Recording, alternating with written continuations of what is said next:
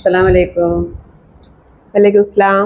പിന്നെ എനിക്ക് സംശയമുണ്ട്, ഈ ഭക്ഷണം കട്ടിലൊക്കെ കഴിക്കുന്ന സമയത്ത് പല്ലുമന്ന് ബ്ലഡ് എടുക്കുക, അതേമാതിരി ബ്രഷ് ഇട്ടാല് സക്തിയൊക്കെ ആക്കുമ്പോൾ മോണം വന്ന് ഇങ്ങനെ അതേമാതിരി പല്ല് ബ്ലഡ് വരുന്നുണ്ട്. അതേമാതിരി തന്നെ മോക്കുണ്ട് അതേമാതിരി അസുഖം. എന്താ അങ്ങനെ വരുന്ന കാരണം?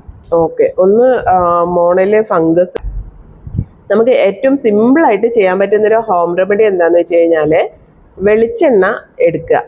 ഒന്നുകിൽ രാവിലെ വെളിച്ചെണ്ണ എടുത്ത് ഒരു കുറച്ച് പച്ചവെള്ളത്തിൽ 2-3 തുള്ളി വെളിച്ചെണ്ണ ഇട്ടിട്ട് നന്നായിട്ട് അതുകൊണ്ട് കുലുക്കി ഒഴിഞ്ഞ് തുപ്പിക്കളയുക.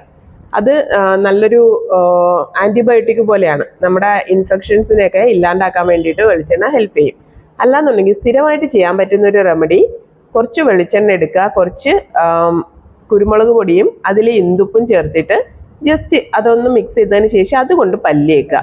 ഡെയിലി അങ്ങനെ ചെയ്തു കഴിഞ്ഞാൽ വായ്നാറ്റം ഉണ്ടാവില്ല, മോണയുടെ ഇടയിൽ നിന്ന് ബ്ലഡ് വരുന്നത് മാറും, അതുപോലെ തന്നെ പല്ലിന് നല്ല ബലം ഉണ്ടാവും, വായിക്കും ഒരു റീഫ്രഷിങ് ഉണ്ടാവും. വളരെ നല്ലൊരു ഓപ്ഷനാണ്. നോർമലി പേസ്റ്റ് ഒക്കെ യൂസ് ചെയ്യുന്നതിനേക്കാൾ നല്ലത് നമ്മൾ ഈ രീതിയിൽ പല്ല് തേക്കുന്നതാണ്. മനസ്സിലായോ? ഓക്കെ.